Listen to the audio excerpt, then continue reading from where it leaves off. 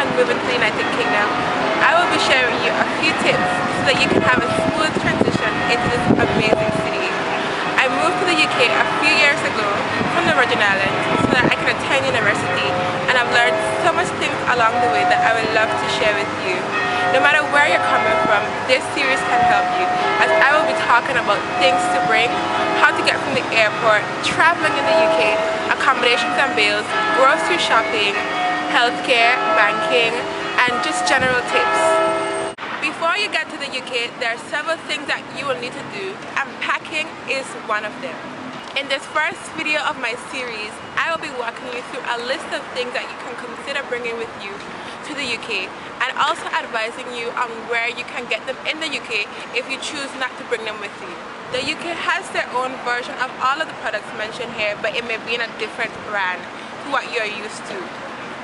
And if it is in the UK, possibly may take a while before you are able to find the stores that carry the products that you are looking for. But if you are running into trouble finding the products, you can consider going on amazon.co.uk. But another reason why you may consider bringing the products with you is because of cost. In the UK, we use the British pound sterling. So after you buy the product may be a little bit more expensive than if you bought it in another country. So the first thing on our list of things to bring is weather gear. Understanding the seasons of the UK is useful so that you can dress appropriately. It is safe to say that the UK is always cold, but some months are much colder than others. From around April through to September, you usually experience much brighter and warmer days.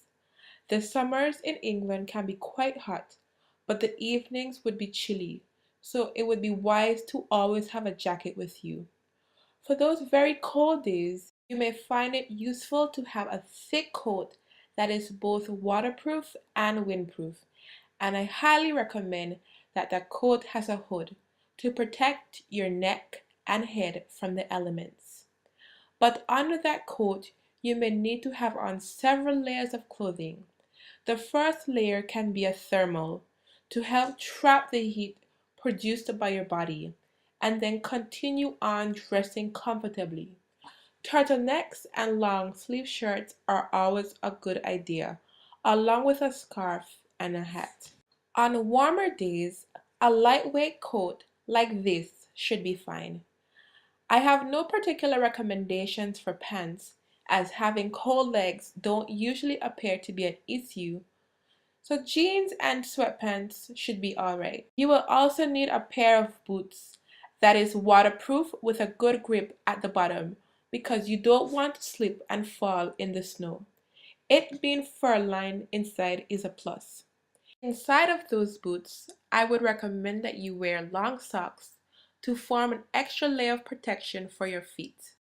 I would not recommend ankle socks, because if both your socks and shoes are low, the cold air may make you feel uncomfortable or extra cold. Additionally, you will find it useful to have a pair of gloves. My preference are the touchscreen gloves, so that I can use my smartphone while wearing the gloves. With the regular gloves, you won't be able to type unless you take your hand out of the glove or you have fingerless gloves. You will also need an umbrella, but as I said, it's optional if you want to travel with that added load. But it does rain frequently in the UK. On a typical day, I would advise that you never leave home without a jacket. And it's always a good idea to have a pair of gloves and a scarf sitting in your bag for those days that the weather decides to change unexpectedly. Now, it's perfectly fine if you choose to purchase your weather gear in the UK, because we can all agree that weather gear is heavy. A few stores that you can find weather gear includes TJ Hughes, British Home Stores, Next, TK Maxx, Zara, and Primark, and there are many others. Next on our list of things to bring is vitamins and supplements to strengthen your body's immune system as it tries to adjust to this new climate. Be mindful that getting a vitamin D deficiency is not uncommon in the UK. A vitamin D deficiency can result when a person lacks exposure to the sun, hence causing your muscles and joints to hurt badly. So be sure to get enough exposure to the sun or get a vitamin D supplement. You should also bring medicine for the cold and flu and aches and pains. Don't be surprised if you find yourself with a frequent flu or joint pains. If you are coming to attend university, you probably will get freshers flu. So being equipped with your medicine would be beneficial. If you choose to buy them in the UK, you can check out Boots, which is a large pharmacy nationwide, and also the pharmacies at the major supermarkets such as Asda, Tesco, and Morrisons. Next on the list of things to bring is your favorite foods and seasonings. If you are from the Virgin Islands or anywhere else in the Caribbean or America, Africa, Pakistan, or anywhere else outside of Europe, many of the popular foods and seasoning brands that you are used to will not be found in the UK, especially in the popular supermarkets. This picture illustrates typical foods you won't find easily in the UK, among the many others. And if you do find it, perhaps on websites such as amazon.co.uk, it is overpriced. So you may want to bring a few of the essentials with you, especially your favorite seasonings. Also on the list we have maintenance products. This includes anything like your favorite deodorants, soaps, and hair care products. If you will be staying at a hotel upon your arrival and desire to shower with a washcloth, it's highly likely that that hotel will not have one to give you, so please bring your own. Whilst in the UK, you will also need a travel adapter. If your electronics do not have prongs that fit into a socket like this. Lots of travel adapters that you readily find are capable of fitting electronics from several countries with different prongs as seen here. Personally, I am not a fan of these as I struggle to shove the prongs of my device into this adapter. I prefer the single nation adapter as shown in the pic. This is the US to UK travel adapter. You may want to travel with one of these in the event that you need to charge or power any of your electronics during your journey or at your accommodations. Some hotels may have and others may not have enough. If you choose to buy the adapter in the UK, you can find them in stores such as those at the airport, Ryman's, WH Smith, and PC World, to name a few. Another thing you may want to consider bringing is some money. The currency used in the UK is the British pound sterling. You can perhaps get some from a bank or currency exchange company in your country. I would suggest you bring at least £200 to £300 with you so that you can pay for immediate expenses such as taxis or public transport and food whilst you're getting settled. If you run out or choose to get the pound in the UK, you can get it from a currency exchange desk marked Bureau de Change. My recommendation is at Marks and Spencer or American Express. I found Marks and Spencer, which is a clothes and food store, to have the best rates in comparison to the other places. There are many other currency exchange places, even at the airport, but their rates are usually expensive. You can also get pounds from the ATM if your bank allows your card to work.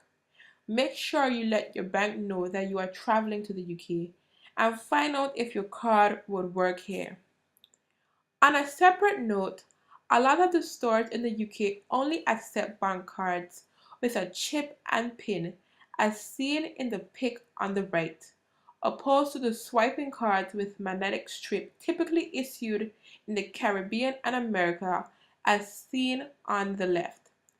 Perhaps you can ask your bank if they can issue you with a card that has a chip in it that requires you to use a PIN number.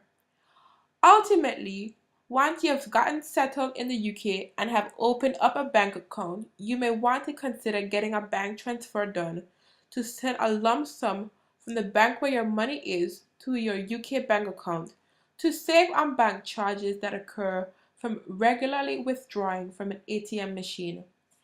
Last on the list of things to bring are your important documents.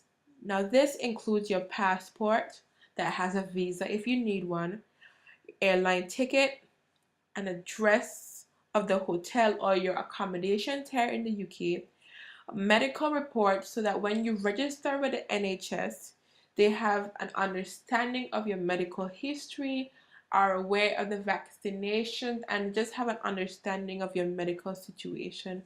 Also, some documentation proving your employment or your income so that when you begin to look for an apartment, you are able to prove to the landlord that you do have an income coming in. And also a recent bank statement. If you are coming as a student, it would be useful to bring an address of your school or work if necessary, a letter of your acceptance from the school, and original proof of qualifications if you have any. As it relates to things not to bring with you to the UK, you may want to be careful with the electric appliances that you choose to pack. The voltage used in the UK is 230 V, and in the US it's 120 V. I'm not an electrical technician, so I really cannot give formal advice in this regard. However, I did bring my laptop, camera, and cell phone that I bought in America, and there hasn't been any problems. I believe that you would find yourself in a problem with electronics that has a motor, like a hair dryer or electrical shaver, as the voltage and frequency mismatch could blow them, and eventually they won't work. So be careful. Now that is the end of my recommended list of things to bring with you to the UK. As I said before, most items can be found in the UK, but it may be a different brand or it may be a little bit more expensive. I've made a full list of the things that I recommended, and you are free to screenshot it if you wish. Now if there's anything else you think someone should pack with them, please leave it in the comments below. If you are interested in moving to the UK, keep an eye on this channel. And if you found this video helpful, like and subscribe. Thank you.